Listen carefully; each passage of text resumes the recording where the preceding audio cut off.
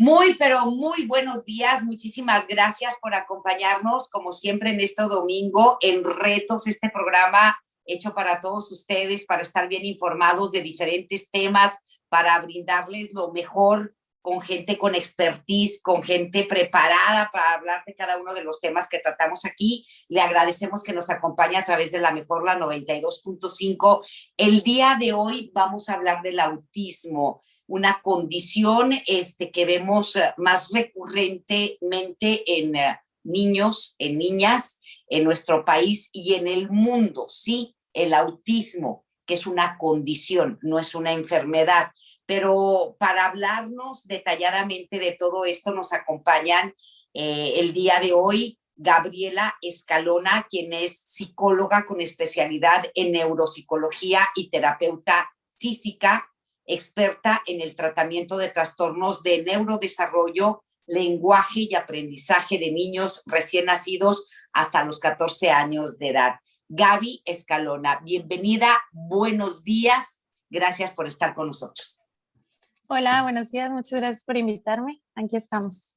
Muchísimas gracias. También hoy nos acompaña Yuri Ashman, ella es mamá de un niño con autismo. Yuri está viviendo en Inglaterra, al sur de Inglaterra, y le agradecemos su tiempo porque pues hay diferencias de horarios. Yuri, muchísimas gracias y que tengas muy buenos días. Bienvenida, es un placer. Muchas gracias. Gracias a ti, Yuri, muy amable. Quiero empezar, más adelante se va a unir a esta conversación, a esta charla, el ingeniero Guillermo Vela, presidente fundador de Autismo ABP, pero vamos a iniciar con Gaby Escalona para que nos dé un panorama detallado, ella como especialista en neuropsicología y terapeuta.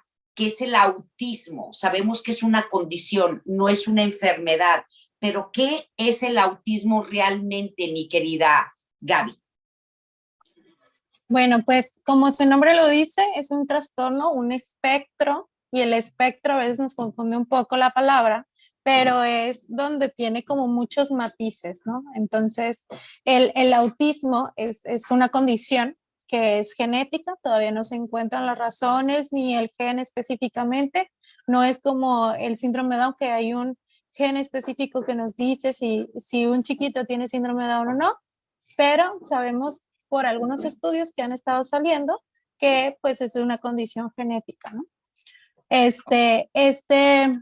El espectro pues tiene muchos matices, muchas combinaciones, diferencias, hay chiquitos que tienen muchas habilidades y de pronto tienen áreas de oportunidad en algunas, por eso a veces el autismo no es tan comprendido porque tenemos chiquitos que dicen pues ni se le nota o no se le ve o mira, él es completamente normal, y hay otros chiquitos a los que en rasgos físicos, que tú los ves y convives y entonces empiezas a notar sus áreas de oportunidad.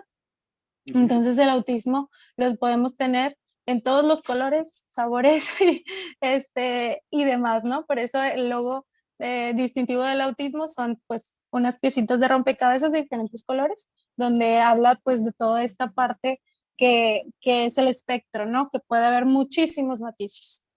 Ok, a eso se refieren con el espectro, ¿verdad? Cuando hablan el espectro autista se refiere a los matices, ¿sí?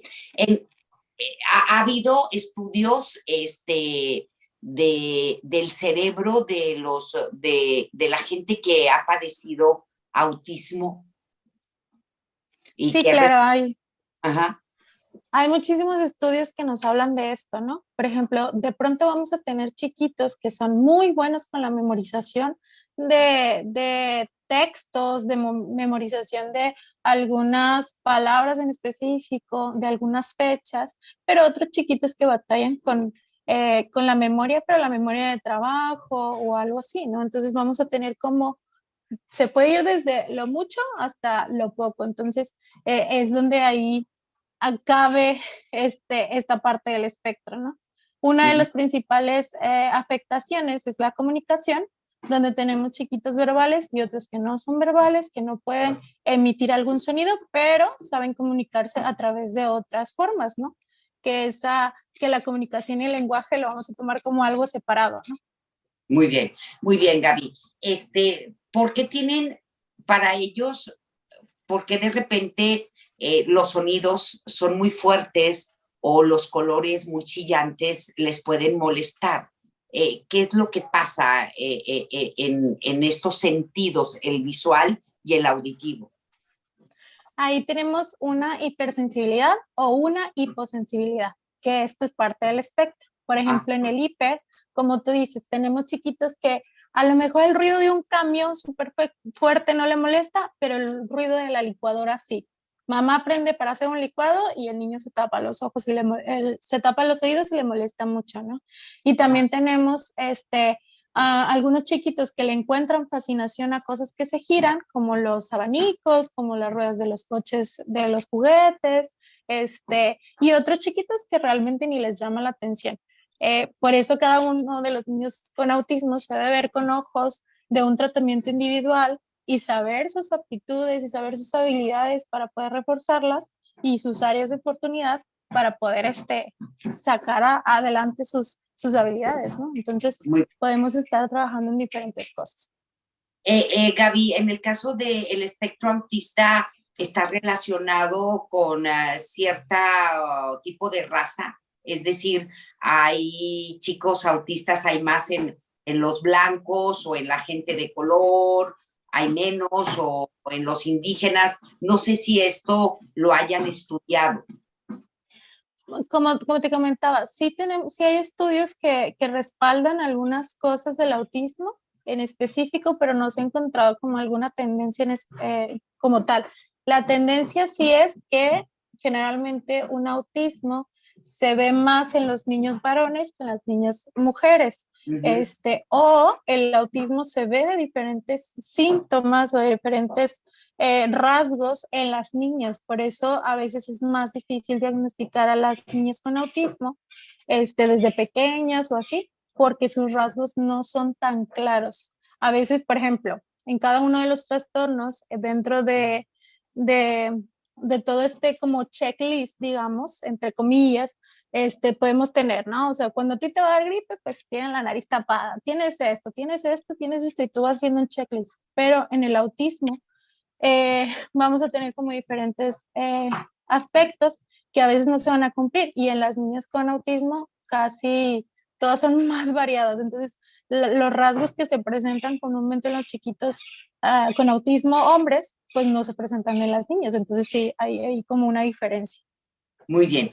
Me quiero ir con Yuri Ashman, que como le comenté al inicio, ella está al sur de Londres, ahí vive desde hace más de 10 años, y Yuri tiene un hijo con autismo. Yuri, tu experiencia como mamá, esa es una de las preguntas, y la otra, si la condición de tu hijo te llevó a irte a Inglaterra o fue la situación, ¿verdad? No queremos entrar en cuestiones personales ni mucho menos, pero pues posiblemente allá los tratamientos las terapias sean muchísimo mejores que acá, pero queremos que nos platiques de tu experiencia, por favor. El acceso, más bien el acceso a las terapias es mucho más abierto para gente de todos los niveles socioeconómicos. Me he fijado mucho que mamitas en México, de repente, si no tienen el dinero suficiente, a veces para el transporte siquiera, ¿no? Porque los lugares donde se les ofrece a los niños con autismo terapias gratuitas, generalmente son en ciudades grandes como la Ciudad de México, como Monterrey. Entonces, si vives en un pueblito, a lo mejor en Puebla, te tienes que mover hacia el centro de Puebla y si no tienes mucho dinero para hacerlo, es muy difícil tener el acceso a este tipo de terapias que son tan necesarias en los niños. Entonces, es muy difícil a veces incluso llegar a un diagnóstico, porque todo tiene que ver con el acceso a servicios médicos, a servicios psicológicos, y es algo en el que nuestro país tiene que luchar muchísimo más para que se visibilice esta falta de apoyo para nuestros niños. Definitivamente. ¿A qué edad te diste cuenta? ¿A qué edad de tu hijo te diste cuenta que tenía autismo. Pasaste, me imagino, por muchas cosas, ¿no? Sí, sí, sí. Híjole, yo me di cuenta muy temprano porque yo tuve la fortuna de trabajar con niños desde hace mucho tiempo. Yo era antes una maestra de niños de kinder, daba clases de inglés para niños y después trabajé en barcos y tuve la fortuna de trabajar con muchos niños con necesidades adicionales, entre ellos niños con autismo.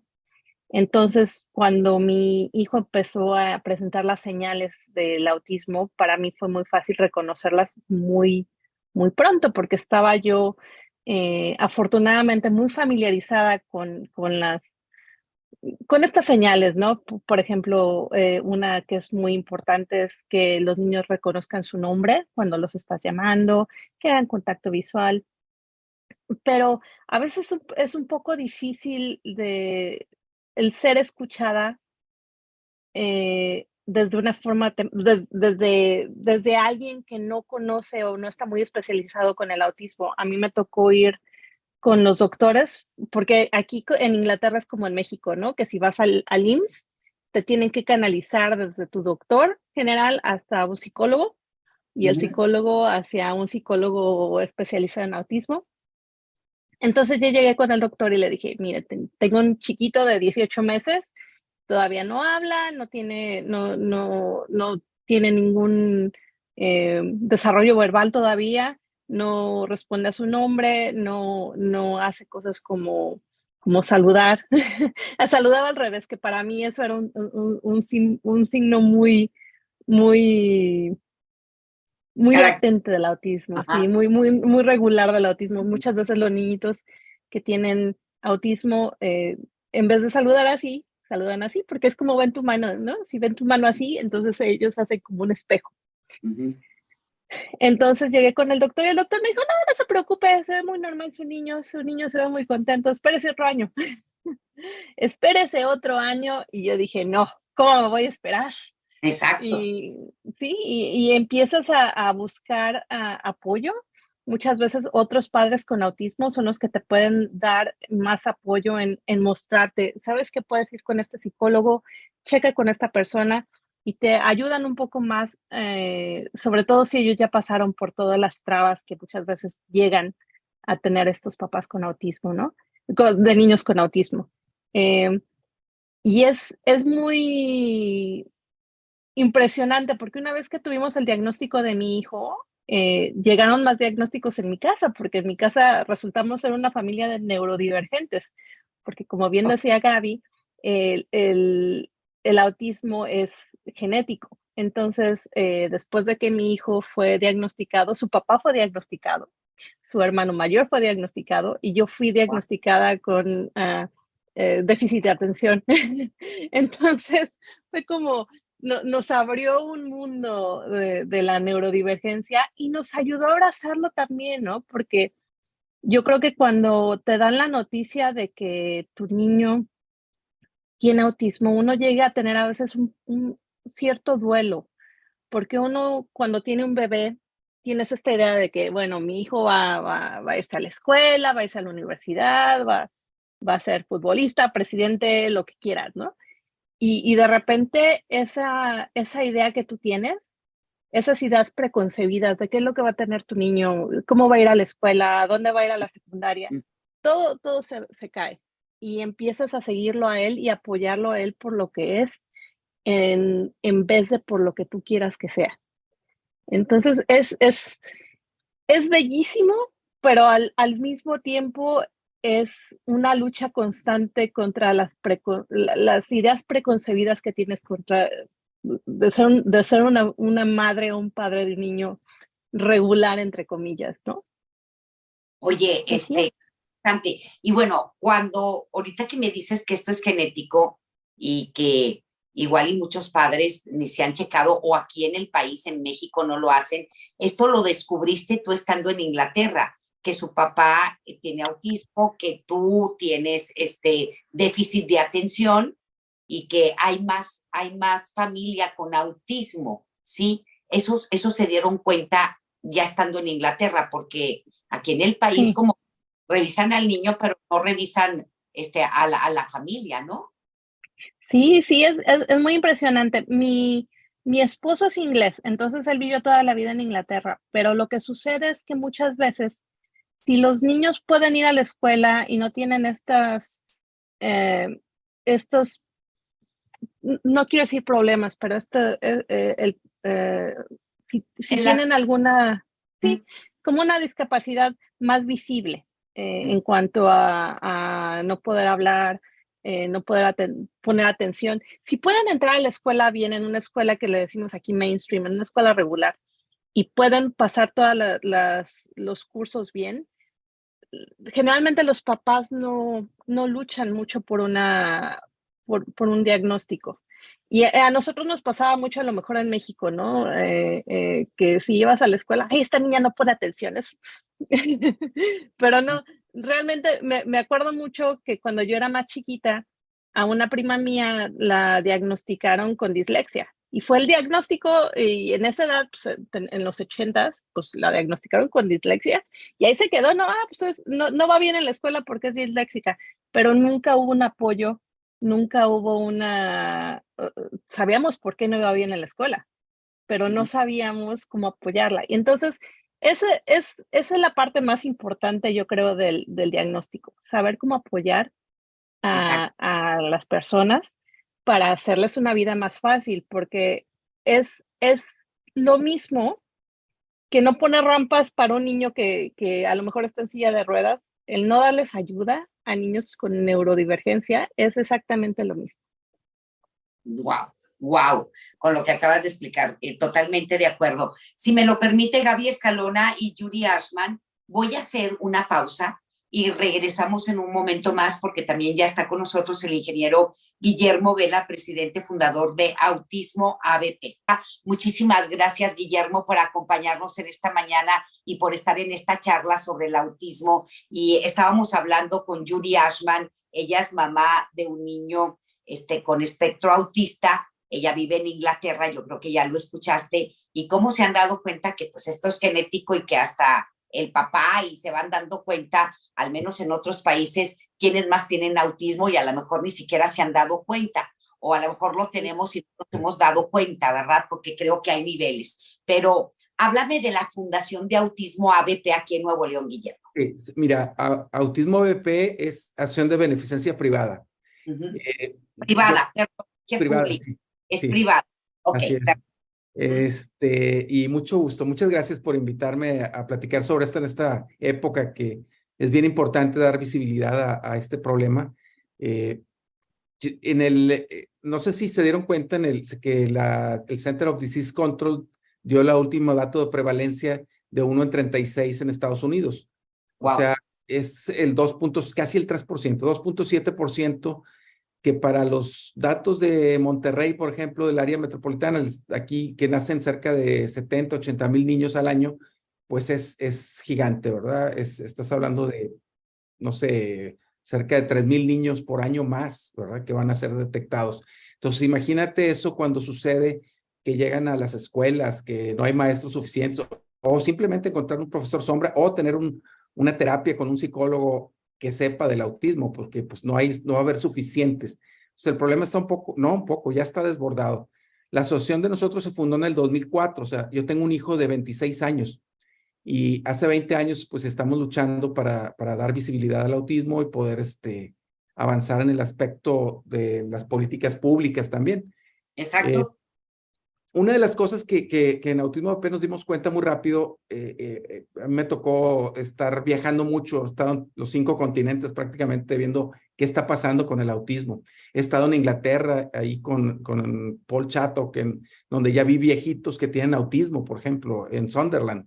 Está toda una comunidad muy, muy padre. En Japón, en Kenia, estaba tratando de investigar un poquito qué está sucediendo, ¿no? Pero la realidad es triste, y este incremento, los datos indican que ha ido creciendo año con año en datos de Estados Unidos, porque pues son los únicos que llevan ese modelo estadístico. Bueno, nosotros en Autismo BP lo que quisimos es, primero, es un monstruo el autismo, sobre todo cuando ya tienes adolescentes, adultos, gente que tiene que trabajar y que tiene que hacer algo, pero decidimos entrar a la parte de detección de señales tempranas. ¿Cómo puedes detectar lo más tempranamente posible a un bebé? Entonces, ahorita es posible detectar señales antes de los 3 años y poder hacer un diagnóstico. No sé, creo que ya lo platicaron aquí. Nosotros recomendamos mucho que se haga con el A22, que es el gold standard para diagnóstico. Es complicado porque es caro y no todo el mundo lo tiene, ¿verdad? Pero hemos ya hecho un grupo de 20 apoyado a 20 psicólogas para que hagan, se certifiquen en esta área. Entonces, y la idea de nosotros es que haya una incremento en el sector público de diagnóstico, ¿verdad? De que ellos puedan hacer diagnósticos y no tengan que recurrir a alguien más, porque de todos los niños que nacen, el 70% los atiende el Seguro Social, el 15% la Secretaría de Salud, y solo una parte muy pequeñita va con privados. Entonces, se arma un buen problema. Y bueno, ese es básicamente uno de los temas. El otro que hemos trabajado también es con la Organización Mundial de la Salud, que se llama Caregiver Skill Training, y es como darle a los papás fuerza para que ellos puedan trabajar en casa con lo mínimo minimorum, ¿verdad? Esto lo hacen en países muy atrasados, pero aquí funciona también y lo están haciendo en Estados Unidos ahora, con popotes o con lo que tengas a mano en la casa, puedas tener contacto con el bebé y puedas aumentar un poquito y reducir el estrés, comunicarte de alguna forma. Esa es un área en la que estamos trabajando. Otra, rápidamente para terminar, también movimos todo el modelo. Tenemos 15 años con un centro ocupacional para adolescentes y adultos tratando de enseñarles un oficio para que puedan encontrar un trabajo.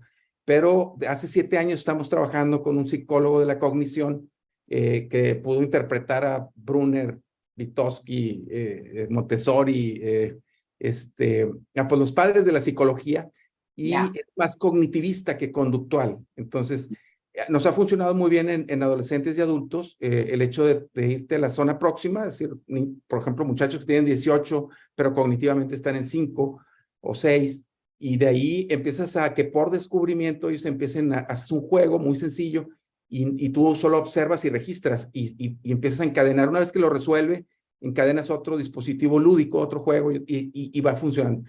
Esto ya lo vimos con el decano de la UDEM, Thomas Huggins, y tenemos un proyecto para arrancar en agosto, un primer laboratorio experiencial para ayudar a los papás a poder bajar el estrés en la casa y que se puedan comunicar. Entonces, tenemos esas 2 grandes áreas de trabajo y una tercera que es también la investigación. Por mi trabajo profesional se cruzó en el camino, yo estoy en el área de nutrición, y encontramos ahí una relación muy fuerte entre deficiencia de zinc en la mamá y una posible problema epigenético en el intestinito del bebé, donde nace con el intestinito inflamado y de ahí se deriva un montón de cosas que conllevan al autismo. Y eso es básicamente donde estamos. O sea, de hecho te iba a preguntar, después de recorrer prácticamente todos los continentes, tratando de investigar y de saber los avances en otros países, han llegado a esta conclusión, tiene que ver con la alimentación. Y alguien por ahí decía mucho esto, y también por ahí había una teoría sobre incluso hasta parásitos intestinales y demás.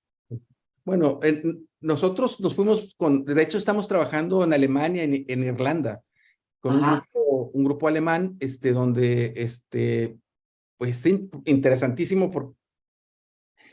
puede haber muchas causas, ¿no? Yo no sé si sea la única o no. Una de las áreas que nosotros hemos comprobado ya es que sí hay una deficiencia de zinc a nivel global. El 80% de la población del mundo está baja en zinc. Eso tiene que ver con la dieta convencional, con el trigo, maíz y arroz que comemos, que es ácido fítico, traen intrínsecamente. Pero también el calcio, el hierro y el ácido fólico que consumen las mujeres, que se les recomienda para el embarazo, también tiene un impacto sobre la absorción de zinc muy fuerte. Además del jarabe de maíz de alta fructuosa con el que se endulzan todos los refrescos, los jugos y un montón de cosas. Todo eso tiene que ver con la absorción de zinc.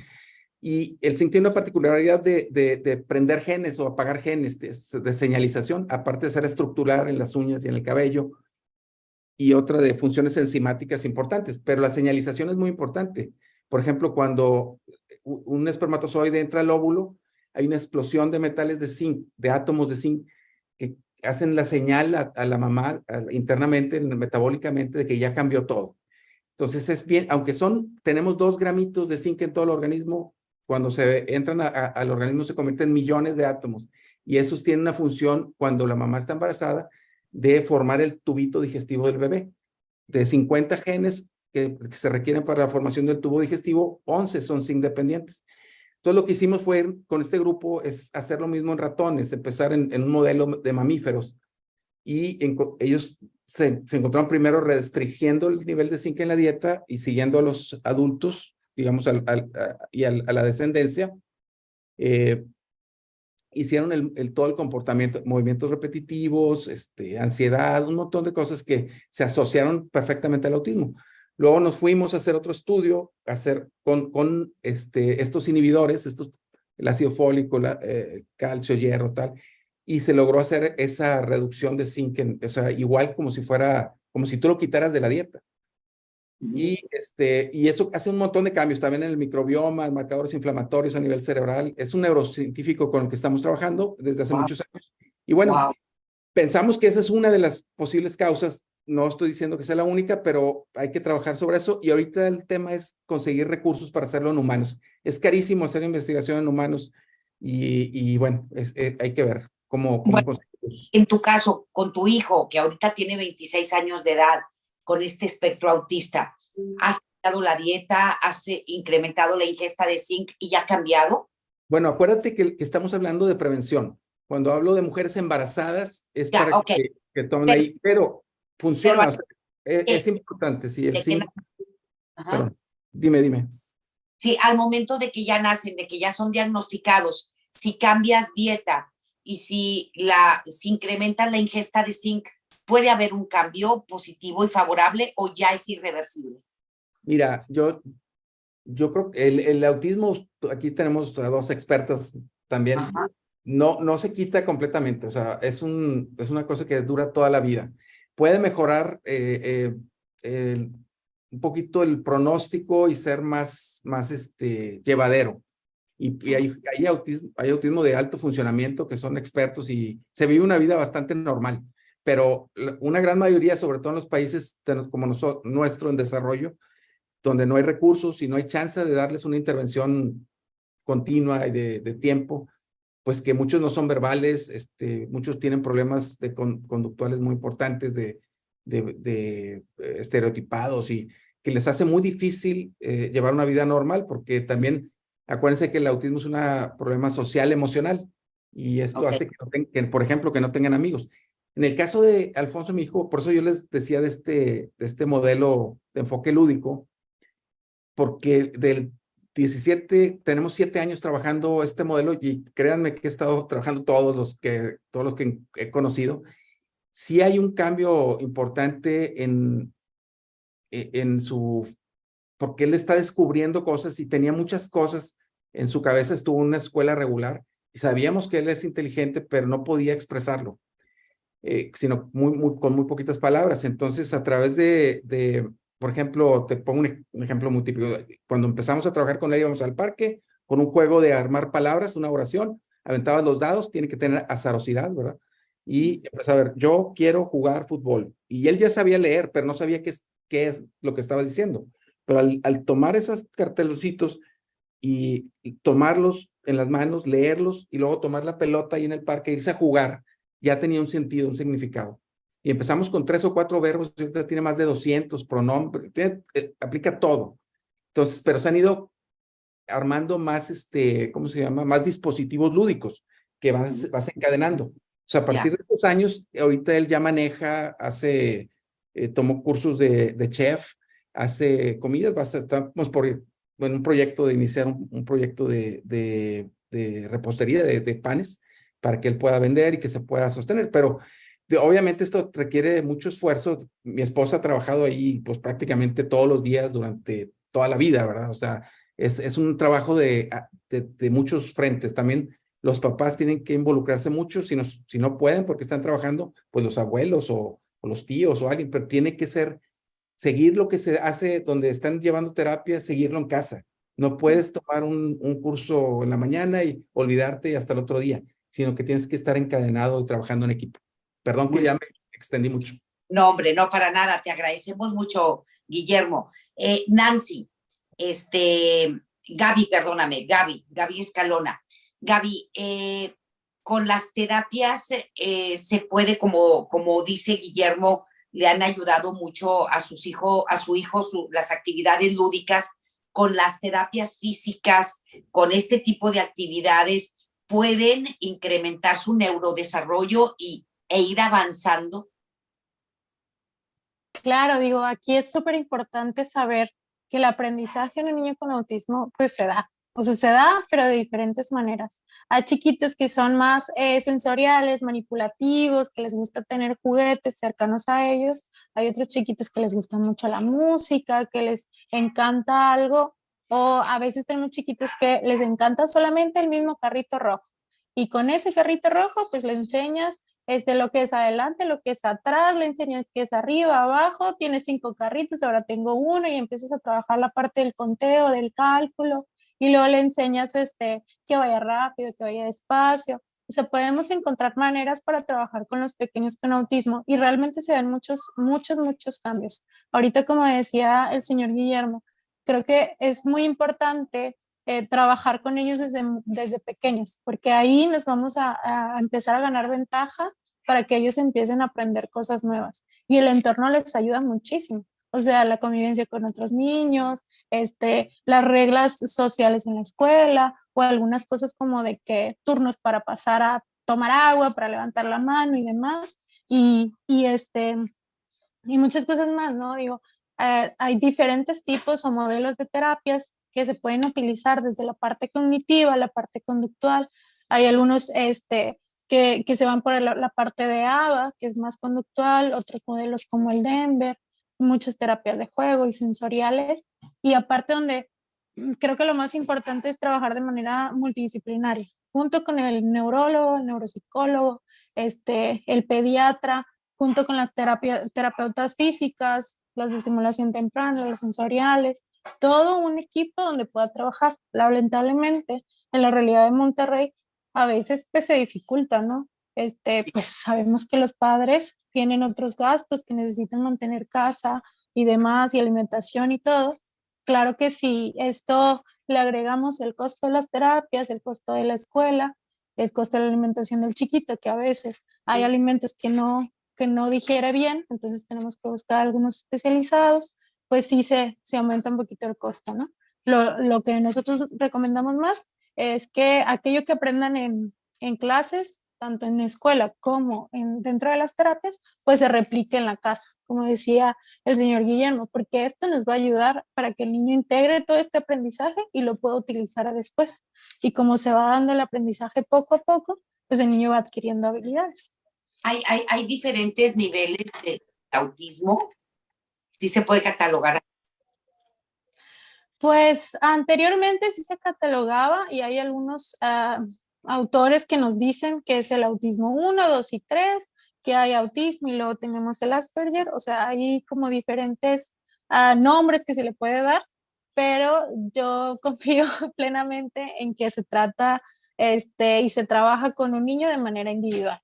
Sí, hay algunos que necesitan más apoyo o más asistencia, ya tanto de padres y maestros, y hay otros que no lo necesitan tanto, como niños que pueden lograr muchísimas habilidades, pero tienen problemas en la comunicación o en la socialización o así. Entonces, creo que ahí es como un tema que de pronto se vuelve como un poco confuso para los papás, pero sí tenemos diferentes autores. Hay todavía especialistas que manejan los 3 grados del autismo, de menor a mayor asistencia, y hay otros autores que lo manejan completamente como el trastorno del espectro autista, ¿no?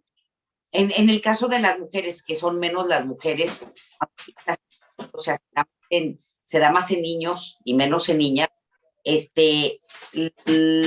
autistas más agudos, el espectro es más agudo en niñas o no necesariamente. Creo que no necesariamente, creo que se presenta de manera diferente. No es exactamente lo mismo, donde tenemos un espectro en los niños, o alguna sintomatología en los niños, pero en las niñas no se presenta tanto. Muy bien. Me voy con Yuri Ashman. Yuri, ya nos hablaste por todo lo que pasaste desde que te diste cuenta que tu hijo es autista. Ya hace un momento Guillermo hablaba de la importancia del entorno y del involucramiento de la familia completa. Tú aquí has recibido mucho apoyo también por parte de tu familia. ¿Y cuál es la situación en estos momentos de tu hijo? Pues a mí lo que se me hizo muy interesante fue que como sociedad aquí es mucho mejor el apoyo que se les da a los padres con niños con autismo. En el caso, por ejemplo, de mi niño, en cuanto empezamos el camino hacia un diagnóstico, nosotros tuvimos a una terapeuta que venía una vez a la semana a enseñarme a mí las terapias que yo le tenía que dar a mi hijo y trabajar con mi hijo. Yo, por ejemplo, también tengo un apoyo mensual del gobierno que me ayuda a no tener que trabajar afuera de mi casa, y eso se llama Cares Allowance, se les da a todos los padres de niños con un autismo severo que tienen, que tienen más necesidades, y eso nos ayuda, por ejemplo, con su dieta. Tenemos la escuela de mi niño, es una escuela especializada, está a 15 minutos caminando de mi casa, y les dan terapia de natación, terapia verbal, tienen psicólogos en la escuela. Y si yo hubiera querido que mi hijo fuera a una escuela regular, se les ofrece una maestra sombra que vayan con los niños y les apoyen en la escuela regular. Entonces, es totalmente diferente. Yo tengo amigas muy queridas en México que se tuvieron que mudar de estado para poder pagar las escuelas de sus niños, para poder tener un acceso a educación, acceso a terapia, incluso acceso al diagnóstico, ¿no? El acceso al diagnóstico que muchas veces a los niños se les cree ay, no, pues es que tiene retraso y ya, ¿no? Y se les deja a un lado. Y muchas veces los niños con autismo son niños que entienden perfectamente muchas cosas, pero no las pueden expresar, y es muy difícil para ellos. Ahora, también vamos a recordar que hay muchísimos tipos de autismo. Personas muy inteligentes como Steve Jobs, como Einstein, como Tesla, se cree que estaban adentro del espectro. Entonces, el espectro te ayuda en muchas cosas también. Puedes llegar a ser una persona muy inteligente en algunos lados y muy difícil que se te dificultan otras cosas. Por ejemplo, mi esposo es ingeniero y es muy bueno para todo lo matemático, pero él jamás lo puedes sentar a leer un libro, una novela, porque no puede leer cualquier cosa para entretenerse. Es muy, muy difícil, pero le das un libro de cómo arreglar un carro o cómo desarmar la lavadora, y te lo lee en 2 segundos y lo entiende perfectamente. Yo con eso no puedo. Entonces, hay muchas cosas que el cerebro les ayuda a comprender, y yo creo que todo lo que los niños y las personas con autismo nos han ayudado como humanidad. Sin las personas con autismo, yo creo que no tendríamos tantos ingenieros, no tendríamos tantos matemáticos, porque muchas veces el autismo te ayuda a desarrollar otras áreas del cerebro que la gente neurotípica no desarrolla tanto, ¿no? Okay. Claro, te ayuda en unos lados del cerebro y del otro lado no te ayuda tanto. A lo mejor el lado de la comunicación no es tan bueno, pero en el lado matemático es mejor.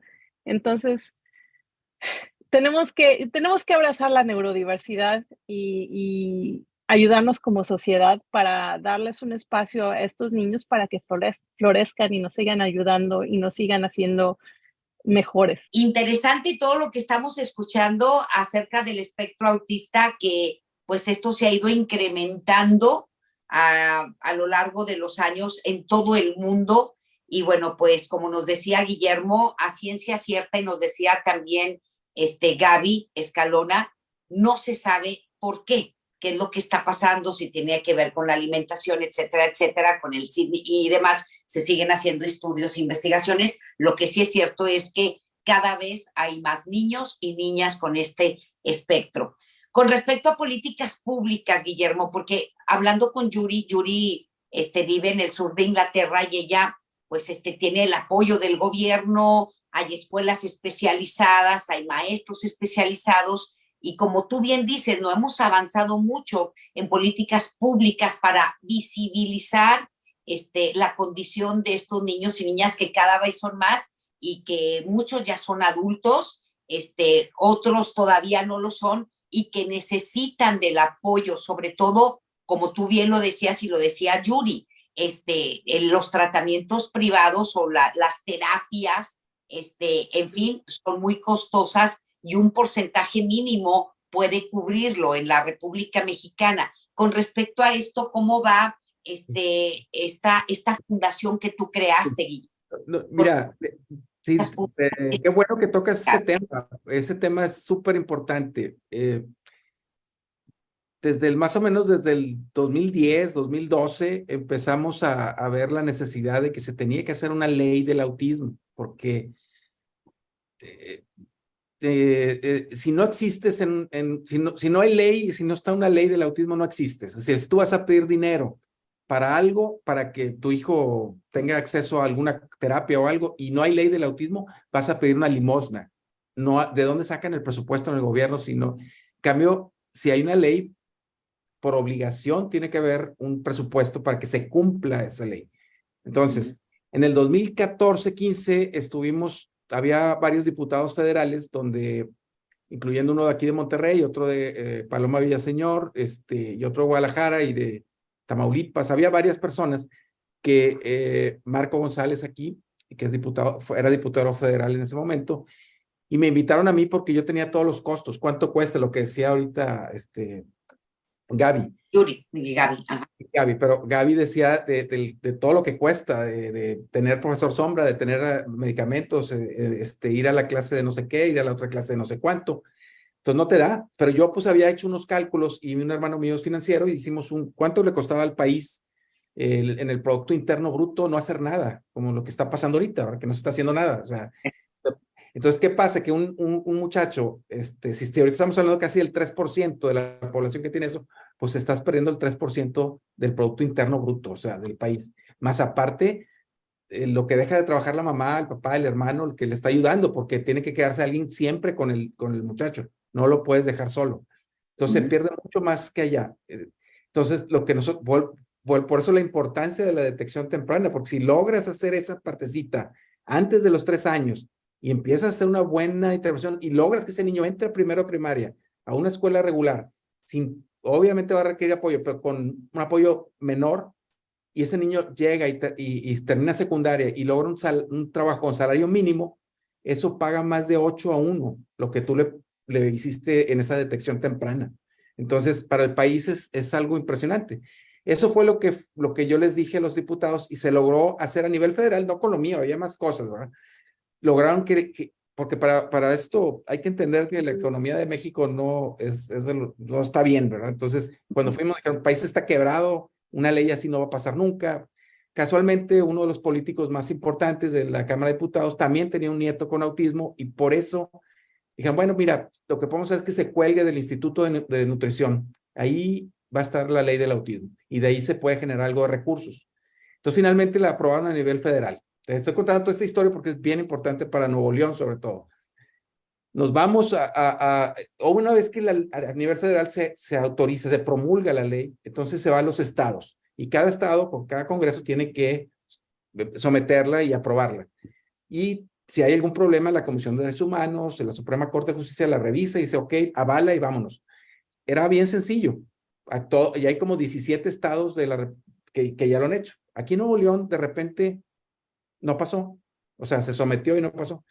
Yo no me había puesto a pensar, porque no tengo tiempo, una de las cosas, estoy con 1000 cosas, pero dije, bueno, qué raro. Entonces me empiezo a investigar y a alguien se le ocurrió ponerle ley del trastorno del espectro autista, bla, bla, bla, y desórdenes del neurodesarrollo.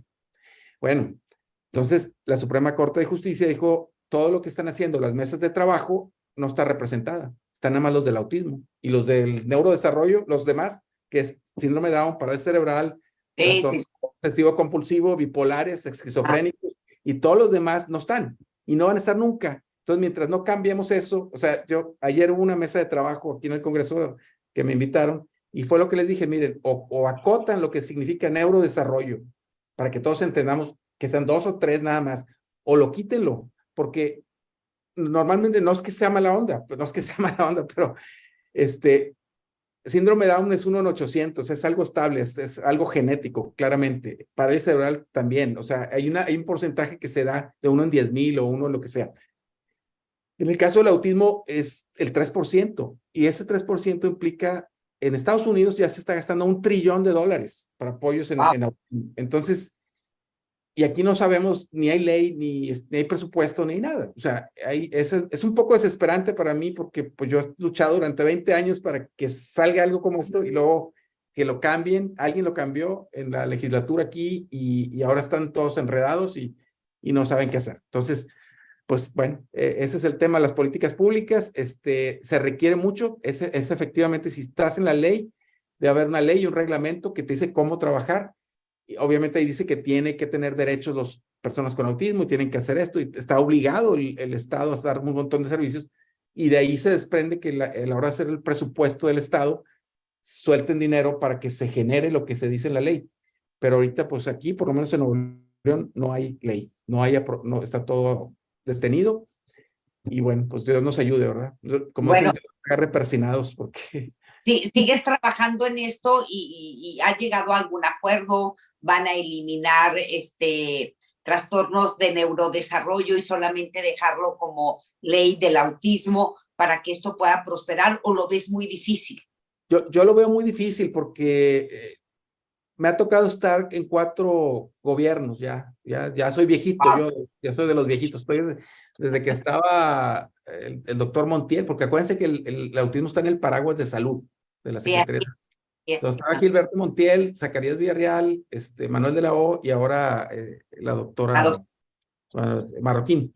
Marroquín, ajá. Ellos sí tienen mucho interés en que las cosas sucedan, pero luego se complica con la parte política y entonces ya se arma un cuento ahí y luego cómo se bajan los recursos y cómo está. Ahorita ese problema es a nivel legislatura y está tan complejo ahorita que yo le digo, tiene que ser un bordado muy fino porque hay una ley de salud mental y hay una ley del trastorno del espectro autista. Y apenas alguien que realmente sepa de leyes puede decir, bueno, es acotar, como yo te decía, yo estoy a favor de que síndrome de Down, parálisis cerebral y todos los demás también tengan apoyo, pero no sé si esta ley va a servir para todos o no, porque entonces no va a servir para nadie. Esa es mi preocupación. El recurso sería para todos y sería mínimo. No, a ver, si la ley de salud mental ya abarca todos esos problemas del neurodesarrollo, ok, pues ya están ahí. ¿Para qué sumar doble? ¿Para qué dobletear? En el caso de la ley del espectro autista se hizo por la magnitud del problema, que es mucho mayor que todas juntas, ¿verdad? Que todas las demás juntas. Entonces, por eso se tiene que tener una perspectiva diferente. Pero, y no porque no queramos que entren las demás en esta, ¿sí? Pero alguien dijo de la legislatura, no, agarremos todo parejo. Y pues ahí estamos, ahora atorados. Porque cada vez que citas, imagínate, ¿dónde agarras representatividad en niños que tienen trastorno obsesivo compulsivo si no hay una asociación de eso? ¿O dónde agarras uno de esquizofrenia infantil? No sé si exista una asociación o algo. O sea, a la hora que mandas tú convocar y no llegan o llegan poquitos, la Suprema Corte, no, pues no hiciste la convocatoria como debe ser. Entonces no, te la rebotan y te la rebotan. Por eso hay un problema ahí fuerte de definición de términos que pues desafortunadamente nos tocó con... Si me da tiempo, me gustaría mucho tener tiempo. Yo trabajo para mantener a mi familia también, entonces pues ando metido en 1000 cosas y otra más está, como dicen, puedo hacer como 9 cosas a la vez, pero 10 ya está difícil. Ojalá y que pudiera, me daría mucho gusto y lo voy a intentar, pero pues ahorita o sea, yo me voy, a veces, como les digo, el autismo es un monstruo, ¿sí? Pero creo que ahorita ya está desbordado, ya estuve en la Comisión Interinstitucional del Autismo, está Educación, Desarrollo Social, o ahora se llama Igualdad e Inclusión, Salud y todos. Gobernación, para lo la Secretaría del Trabajo y no sé qué tanto. Y ahí están discutiendo algunas cosas. Pero hay demasiadas broncas que yo dije, vamos a meternos a detectar temprano, porque si detectas temprano y hace algo bien ahí, ya no brincan tantos niños con problemas a las escuelas. Tienen que aceptar por ley a todos los niños en las escuelas.